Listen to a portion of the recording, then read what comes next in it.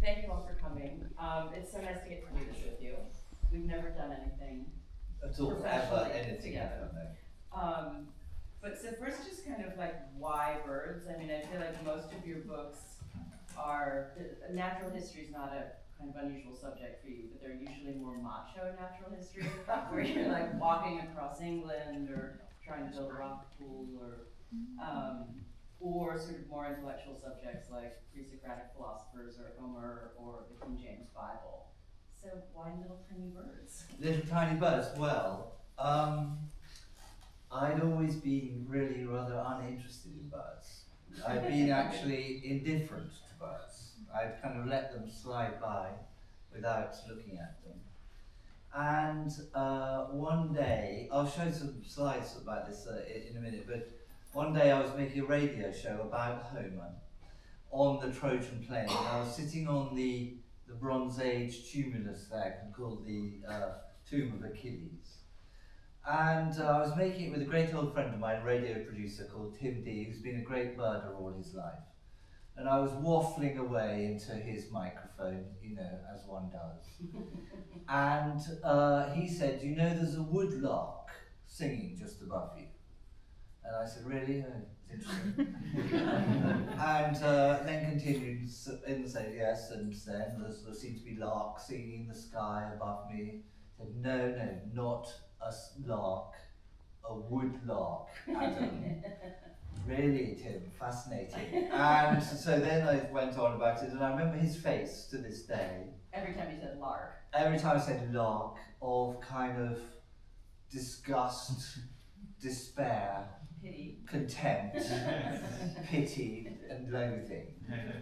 And incredibly sharply I remember this, and feel it as a kind of reproach, that how awful it is to kind of go through life not attending to these miracle creatures in one's life. You know, these tiny things which are so easily ignored. Yeah. No, I will say I was sort of surprised. There's like everything in this book like a sort of bodice ripper. It's like there's like sex, polygamy, monogamy, power grabs, real estate grabs, adultery, death. It's all here. You've got to turn the pages. Wait, what? You know, I could say this is a paragraph. Birds are essentially uninteresting. Yeah. Nothing ever really happens in their life. No, but my God, the morals of the songbirds, I don't know if you know, are absolutely disgraceful. There's a lot of sex. Exactly, and so unless you want to know, you don't know. Right. Well, and you can choose not to know. And so I feel responsible like that. And I think actually our entire culture has done that. And these lovely birds, you know, these birds I now consider beautiful, are in absolutely terminal decline. Right. Yeah. They're 60% down. So is that in part, I mean, you open the book with this idea that it's a bit of a reproach on the English love of the view, of the English landscape garden, the parkland, which we all think of, I think, as so beautiful. And you sort of turn that on its head a little bit. Yeah, I mean, I think the English love of the view is all about kind of carpet, really. It doesn't care what's in the view, what the constituents of the view are. And so you end up with what's happened in England, the country with the most members of nature and landscape loving organisations, percentage-wise, in the world, and the country with the steepest and most dreadful destruction of nature in the world. Yeah. You know, Horace Walpole famously said, you know, England's very good, but you should really try and look at it through glass. That's very English. That is the essential crime of the English sensibility, I think, not to care. So it's or like to be self-preservative. You just went deep to one aspect of what's going on there in the world. I mean, I think that birds are kind of symptomatic or emblematic and kind of metaphorical carriers of the state of nature. You know, they're only going to be in a good state if the world beneath them is in a good state. And so that's really what this is about. And it was also the thing that we've talked about before of, Deborah was for many years an absolute hotshot magazine editor in New York, just swinging her way through the streets of Manhattan with her beautiful chauffeur-driven limo and her kind of power reality, just kind of like a halo. All right. But then decided, no, actually that life is rather empty now in a way. And Turn is now one of the great basket makers of the world. Basket That part's not true. The basket no, she is. In my book she is. And so you chose to leave behind potency and agency and control and material reward, I could even say, for something that is much more small, but also engaged with the actual, isn't it? Engaged with the actual substance of life. And I think there is something about this bird thing which is like that too. That instead of swinging around the world trying to be a kind of traipsing around macho hero, say, you can try to be absorbent. I'll show you some bits in a second. Didn't you make up a good word? Yeah, I did make up a good word. We built a shed for kind of being with the birds at home. And everyone said, you've just made an observatory. And I said, no. We've made an absorbatory. It is a place to sit in and suck it up, suck the reality up. And it does change one's relationship to nature if you can do that. To let it be rather than going out to kind of dominate it or use it. It's such a mysterious and complicated world, and we know so little about it.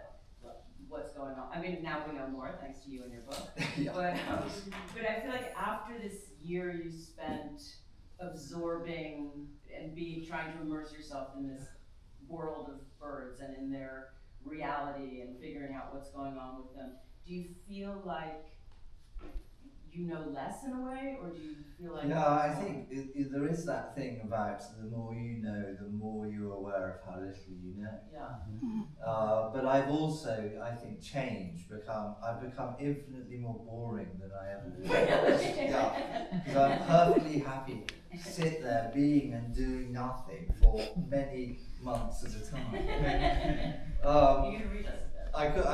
I could read a bit, because this is... Also, the book is so, I mean, you're such a beautiful writer. You're a beautiful human being. Yeah. Yeah, you say,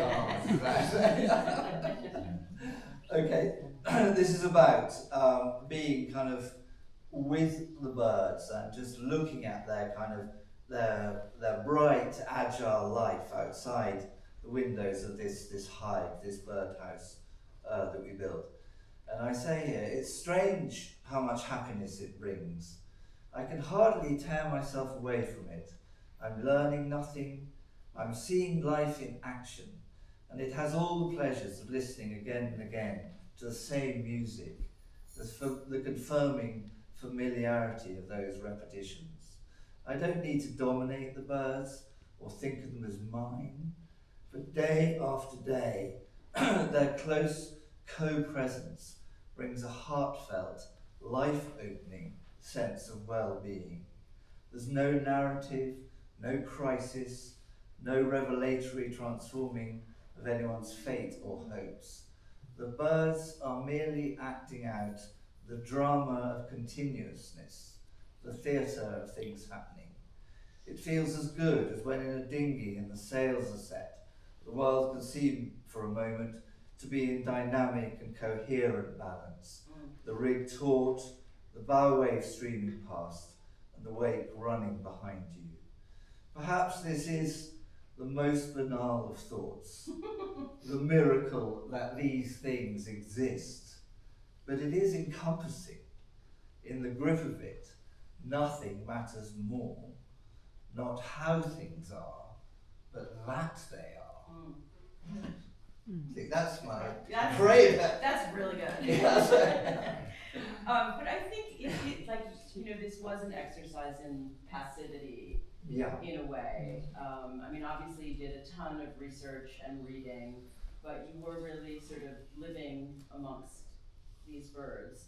And I think to say you learn, I mean, I think this thing of you realize how much more there is to know, and how much we will never know, probably, is true. But I think it did, reading the book, I feel like it did change you, in that sense of like, we do have not us versus nature, but this feeling of separateness from nature. We need to protect it, we need to take care of it, as opposed to it's all, we're just part of it, and of course we take care of it because I mean, I think even that, that we have to take care of it, that kind of stewardship, like managerial thing, like is itself an elevation of the human ego. Yeah.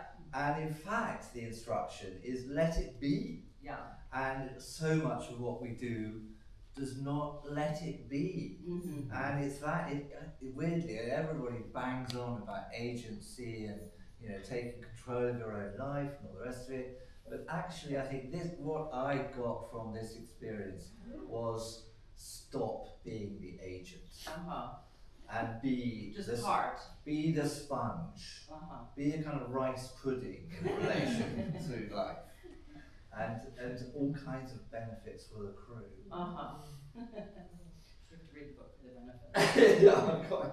Shall I? Do you want to do a slideshow? Shall I? Sure. Have we spoken enough? Yeah, I've said enough to you. No, you can do more. I mean, I want to talk about Ren, sex life. Yeah, I'll come on to Ren, sex life. Okay. You can do it while you. While I look at the slides. Yeah. I mean, it's just there are so many marvelous stories, but maybe we'll do them in the slides. I can sit and watch the slides. Yeah. Thanks, so it's been really nice. It's been lovely knowing you. Yeah, same. Okay. Good. Okay, so this is where I live. This is my wife Sarah. Is an absolutely world-class, amazing gardener.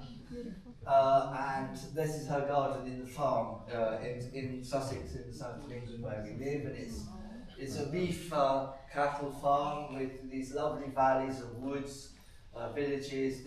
For some reason, all the cows turn their bottoms towards you. You get the picture. So it's a farm in a wood, buried in the kind of thick. We've just been to the most beautiful farm today outside Marrakesh, which is approaching this condition, I would say, of buriedness, embeddedness. So this is it. If I get the point here, so those buildings are here, and these are the fields of the farm, all interspersed with little bits of wood, which is exactly the kind of environment that birds need. It's really like a kind of giant garden of a place, and so it's rough and ready. There's nothing kind of golf coursey about it.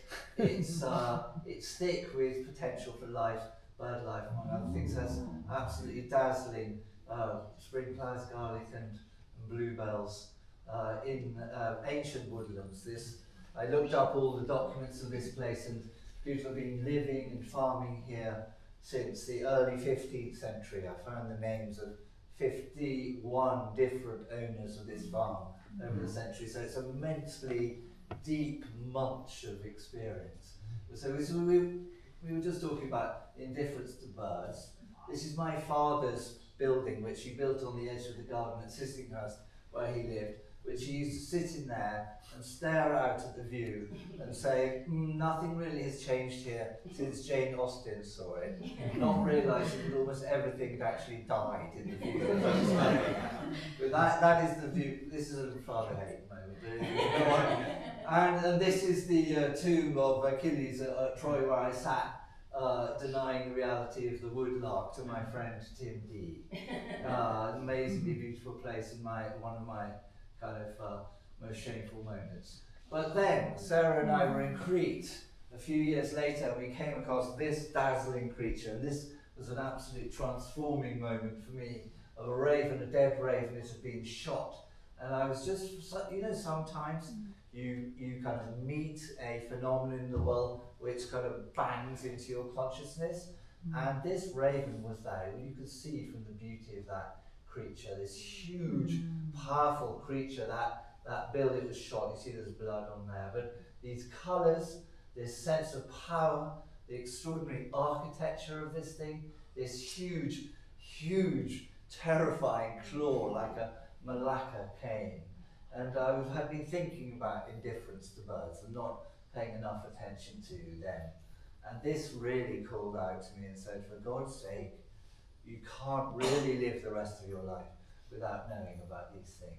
So at Perch Hill, we have a field that kind of collapsed. It had a landslip, and it became, having been a field with cows in 2004, by 15 years later, had turned into a small wood. And in that place, that is what that field became. And we decided to build a hide there. Because you know, birds hate being looked at. There's real science about this. If you stare at a bird, it flies away. If you particularly stare at a bird with two eyes, it flies away. If you stare at a bird with one eye, it's much more likely to stay there, because it knows that the two eyes are the predatory look, and the predator will transfix a bird and get it, a cat or whatever. And so to hide is the way to get close, to get to this absorbent relationship with birds. Not binoculars, which are like giant eyes, but hiding oneself. And so this was the hide we built, right up against the trees. The trees just coming in through the windows. A lovely place to hide from the rest of the world, really. So buried in the wood with the life of the trees immediately outside. And it wasn't long before, after we had built that, when suddenly I found that the hide that I thought was for me, just sitting there being absorbent, was also occupied by a wren. This wren, it used to dance around things. This is a very bad photograph. It was the only photograph I could get in it. I didn't know its sex. You can't sex a wren just from the look of it. And so I called it John Emily, as obviously a kind of gender non-specific creature, but it lived with me, and it was absolutely kind of beautiful, bright, buzzy, completely alive, like hiding from the cold of the winter. And then coming to sit on the branches just outside the windows of the birdhouse. These fabulously alive, sort of dynamic creatures. And the wren, well, wrens are one of my favourite things. They're tiny. They weigh as much as 2 sheets of A4 paper. But they travel the world. They're obviously here. They began life on the eastern seaboard of Canada, have found their way all the way across Eurasia, through the Himalayas, through Central Asia, through the Mediterranean, up into the British Isles, Scandinavia, Iceland. The only place they've yet to reach is Greenland. So there was a joke earlier in the year about J.D. Vance and the wren. I can't remember what it was now, but anyway, the point about the wren is that it often dies in the winter because it's so small. It's good to be small because you don't have to eat much to keep going, but it also makes you very vulnerable to the cold. And so wrens often die in the winter, but they often come zooming back afterwards. This is the graph of the wrens. They have this extraordinary zigzag graph. And the reason they can do that is, as Deborah says, they have unbelievably dynamic sex life. A male wren will make in its territory will make a series of nests, maybe 7, 8, 9, 10 in its territory of maybe about a hectare, say, or slightly less than a hectare. And having made its stick nest, a rather crude wooden nest, it then goes and sings outside its nest, and sings to passing lady wrens and saying, would you like to maybe come into this nest here? It's very nice. So I've got another one over here. And tours her round the nests. And she then chooses one and literally then feathers the nest, fills it with feathers into which she can lay an egg. But the male wren's job is not yet over, because he then goes out again and sees there's any more female wrens happen to be passing, and said, I've got 8 nests here. You can have 1, 2, 3, 4, 6, 7, or 8. Because unfortunately 5 is real. And can have up to 9 different wives. So that's the reason that this graph does this. It crashes in the top. It zooms up, driven by lust. That's why we love the red. So, in the birdhouse, the birds started to arrive, and this is really like a picture show of the amazing, amazing beauty of these things when you come close to them. This is a female bullfinch, which I found sitting in the snow, almost dying, I think, but I warmed it up and it looked at me with that inquiring eye. And after a while warmed up and started to flutter and flew away, and that was that. But these are a kind of northern migrant called the bramblings. We were talking earlier about the extraordinary colour sense that nature has. And in this museum, and looking around all the marvellous contents of the museum downstairs and the Hamish Bulb show, there is something dazzlingly inventive and even unlikely about the way in which nature devises colour for its creatures. Like this is a great spotted woodpecker, a juvenile one. That red cap is a kind of warning that it is a juvenile. This is a little nuthatch. A siskin, I don't think they come here.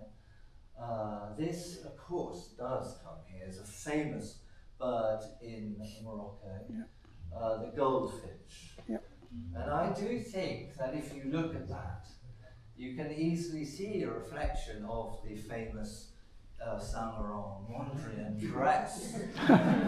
Well, you laugh.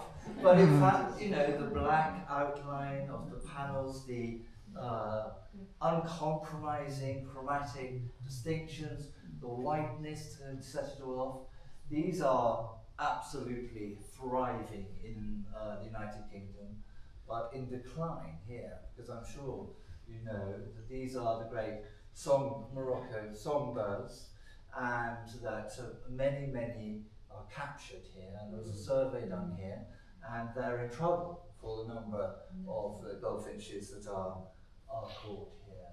They're ferocious birds. It isn't a world of sweetness, it's a world of kind of mutual aggression, it's a kind of Darwinian theatre.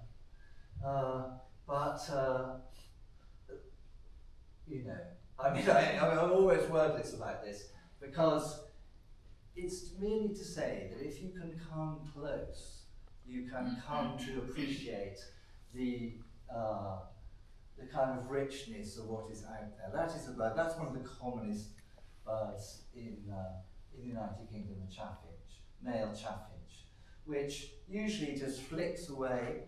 Birds like to disappear. They don't hang around for you. But if you can hide, you can start to feel their kind of vivid reality and start to become things which you can think, can I do something to make a world or attain a world in which these things can thrive? These are here, the greenfinches, and I look at that and I think that kind of doesn't really belong in England. It's beyond Englishness. It looks like something that belongs in Amazonia. But this is a classic and fascinating example of what has gone wrong with our relationship with nature. That these birds are in absolutely almost terminal decline. I think they've lost 90% of their numbers in the last 30 years because they have been poisoned on the bird feeders that we put out for them.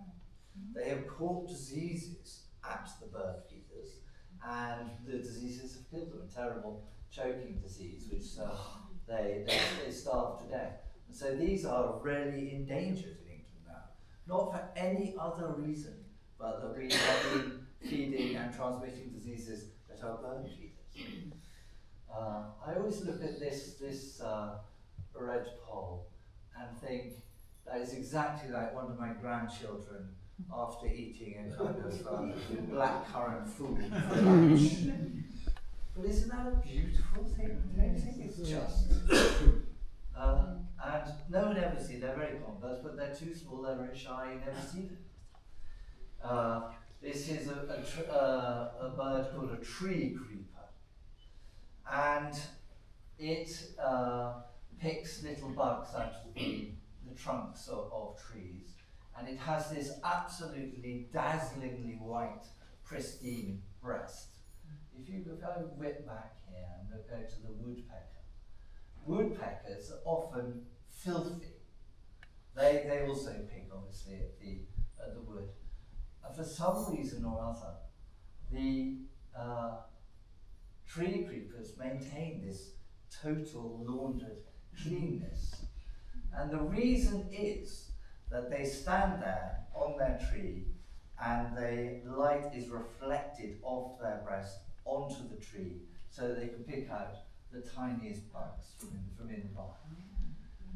A cuckoo, does anyone know that? Man cuckoo that's arrived in Sarah's. But look at this, I always say, I look at that and I think that's one, really beautifully dressed English gentleman. Or like a kind of Wessex Thomas Hardy farmer, just ready for his daughter's wedding.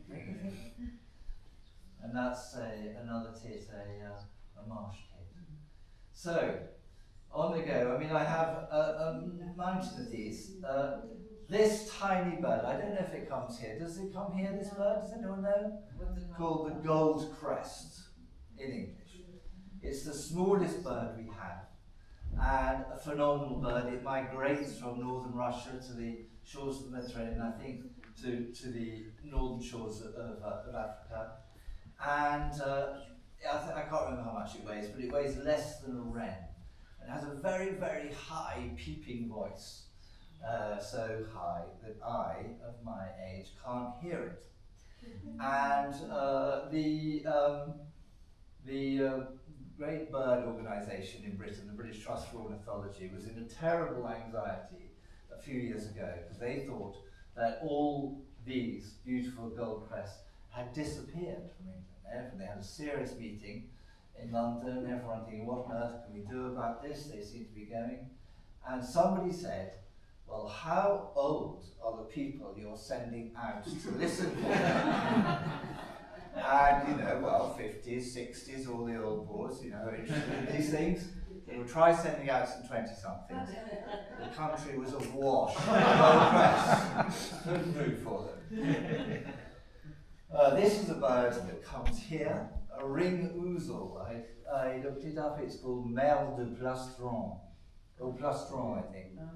In French, and it just passes through a passage migrant at home. It spends the summers up in the Scottish Highlands, comes south through Sussex in the autumn, just right now, and then comes and spends the winter in the Atlas.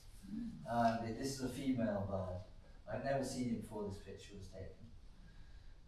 Another migrant which also comes here, sedge warbler, and others like that.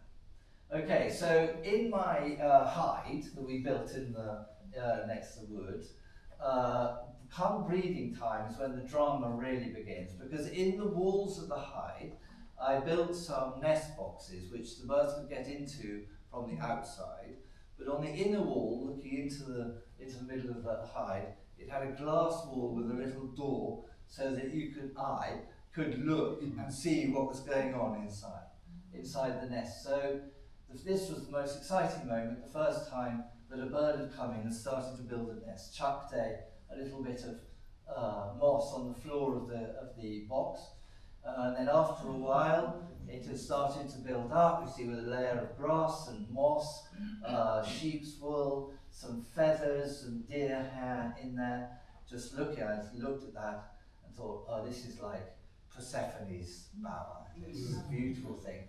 And the one thing, they make a huge pile, giant duvet of all that stuff, and then the female bird gets into the middle of it and turns herself round and round and round with her breast making this little tiny cup into which she will lay the eggs. And so there is a great tit, like yours, in the nest. And so there are two of the nests. Some of the boxes have this extra board on it because woodpeckers come to the outside and they have a disgustingly long tongue. I don't know if you know this, which so it's most of the time wrapped around their brain here, and so it's like that, and they can extend their tongue right out here like that, and pick up with sticky at the end, and can pick eggs out of nests. So that board is meant to prevent a woodpecker doing that. But you see that these eggs are speckled. And somebody, a French woman whose name I can't remember now, analysed the eggs of a great tit and found out that the more and spottier, the bigger and more spots there were on an egg, the healthier the chick was inside, and that they are actually signals of antioxidants in the hen bird. And so what happens is that she lays an egg every day for maybe 14 days, something like that, at the best. And after every morning, probably just at dawn. And after she's laid it, she goes out for an expedition around the wood. And the cockbird then comes in and inspects the eggs. And the spottier the eggs, the more effort he will make to look after her and bring her more food. If she's delivering rubbish white eggs, he simply doesn't bother. Whites have to be worth it. We all know, I know I won't go on down that, that's too much. These are the tit killers. This is the woodpecker smashing its way into one of my boxes. You can see they're absolutely hammering away, and they can destroy entire broods of little baby birds. But then they hatch and gradually grow. The adults bring them flies and caterpillars, and they become these sort of magical little things, desperately overcrowded after 3 weeks or so, and then they're gone, and they go, and you're left just with this empty, used nest. It's over. Very occasionally, one of the chicks gets left behind.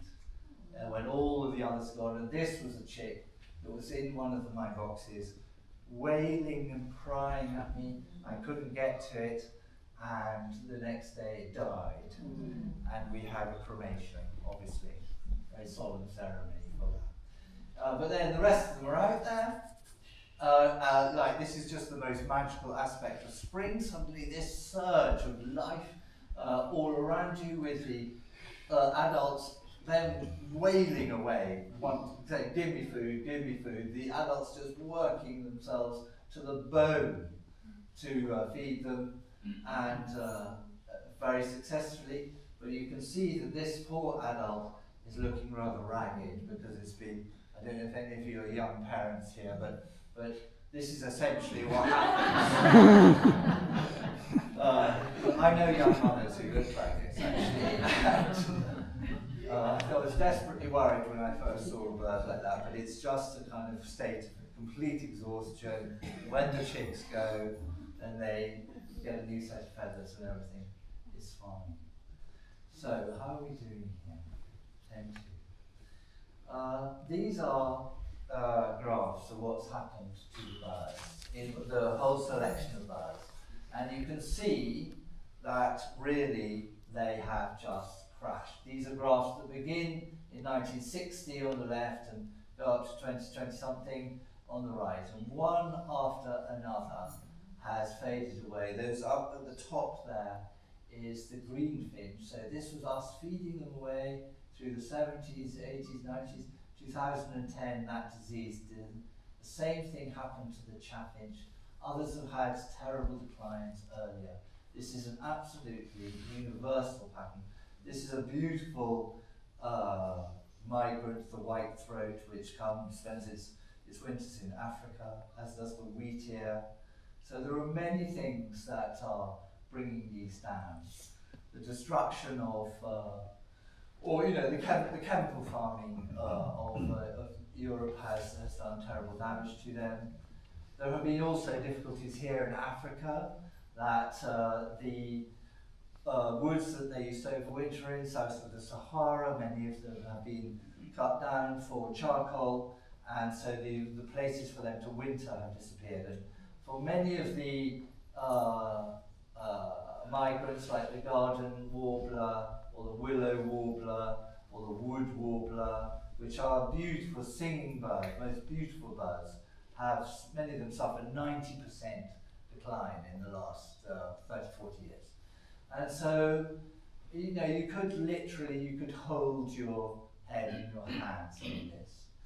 But there are things to be done, and the things to be done are that we can try to make the country for them better, both here and there. And this is a hedge we planted at Perch Hill a few years ago, and it's a kind of thick, woolly, fruity, seedy, nesty, protective, kind of not a denuded country. It's very like the farm we went to today, that it has a kind of thickness in which birds can hide. They need to hide, they need to feed, and they need to drink, and they need to have sex. If you can give them that, life will be absolutely perfect. So, this is our farm as it is today here.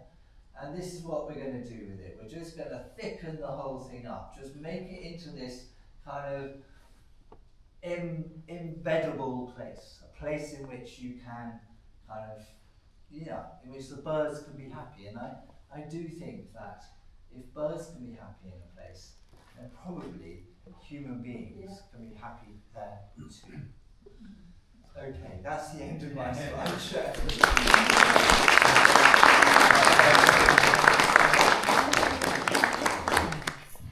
I don't know how we've done on time. Well, let's just take a few questions. I mean, I'll start. Yeah, you start. That was fantastic. That's fascinating. But I will say the book is, this situation is dire, but the book is about magic. It is. It's about song, and I think there's this like very interesting thing that happens when you're absorbed in their world and learning about them. Even just like the way we think about time and property and territory, like we think we own a property, even though generations will come before us and they came after us. But this sense of everything just being in motion and regenerating, and when you showed all those beautiful pictures, it's like there's reasons for every one of those beautiful things, and you really get into the intelligence, I guess, for lack of a better word, of bird life or of nature itself, to regenerate itself, these things are, the architecture of those birds is all kind of purpose-built for their survival. They're evolved. I mean, the word that biologists use is fit.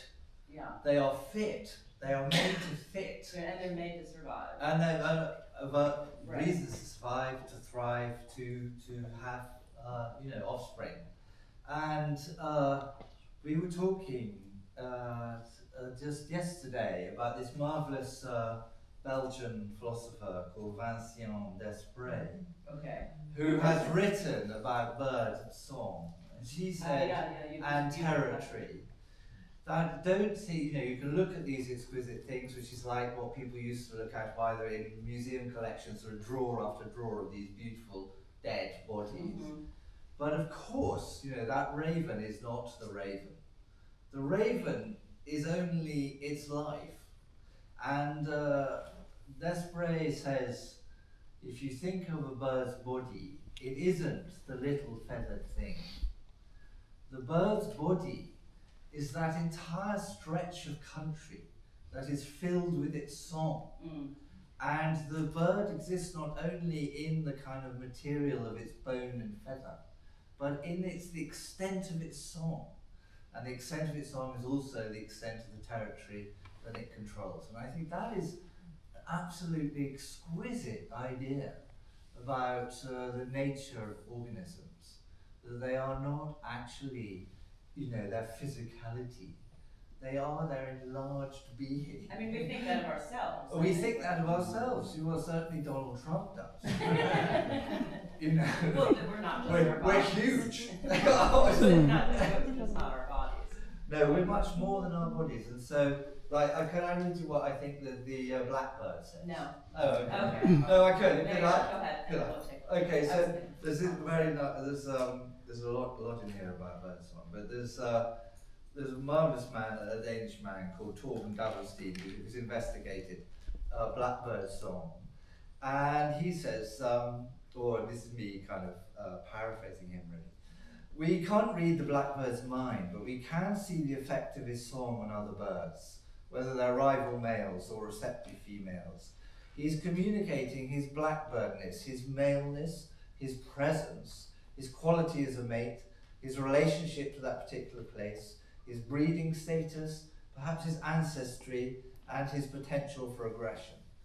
Remember, this is in Denmark, okay? So, if one could translate into English the notes you hear all spring and summer from the blackbirds around you, and there are lovely blackbirds here, I've been watching them. Interestingly, slightly smaller than English blackbirds.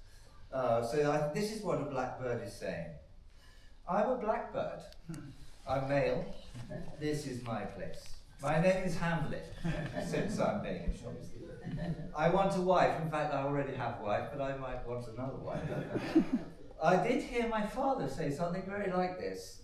His father probably taught him. But this is also what the others like to say. They are always copying me and I don't like them.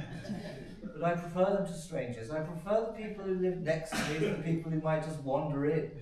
Certainly don't trust my uncle. And I like this new phrase I learned with a hey and a ho and a hey nonny no. I can sing with the best of them. I am proud, vengeful and ambitious. I can sing on and I'll say it again. Don't mess with me. I have wings as swift as thoughts of love. But listen to this. I'm sure you can't match it, and I don't want you here. But what a piece of work is a blackbird. In action, how like an angel, the paragon of animals. I am indeed the Prince of Denmark. That's what you've got to hear them say. So, I don't know if anybody wants to ask a question Or a comment. or comments to say. There's a lady saying yes. Thank you. It's very, very interesting and it's very attractive. We know that the birds sleep around 10 to 12 hours a day, right? Well, they will go to sleep when it gets dark and they will wake when it gets light. So in the far north, they will sleep much less than that in the summer. And here, if you have a 10 or 12 hour night, that's what they will sleep. Mm-hmm. Do we know in which country there is an increased number of birds, or it's difficult to know? Well, I think that globally birds are in trouble because their environment is being hammered in different ways. I know there are some seabirds which are increasing in numbers, like the northern gannet, for example. I think very few songbirds and very few migratory birds are increasing in number. One that is, which I know also is here, comes here in the winter, the turtle dove. Until a couple of years, I think maybe 4 years ago now, very large numbers of turtle doves were being shot in Europe. I think 1 million a year on their migration. And everybody agreed 4 years ago, all the shooting groups, to stop. And in the years since that moratorium has been imposed, the numbers of those turtle doves in Europe has increased by 400,000 pairs. Mm-hmm. And so it is perfectly possible to do things which will allow some reverse of those graphs. There are places in England where very, very chemical farms have literally been abandoned and nothing done to them for 40, 50 years. And in those places, the bird populations have all of the beautiful nightingales, warblers, white-throats, grasshopper, all kinds of beautiful birds have all increased. And so I don't feel, I feel that the powers of destruction are vast. But is But there are is there things bird to be paradise? said. What? Are there any bird paradises left? I don't know what the answer to that is. I really don't know. I think maybe people here might know of a bird paradise. I really don't know. I don't think there is. But I'm no I mean, expert. this Jardin Majorelle is pretty close. I mean, it's amazing.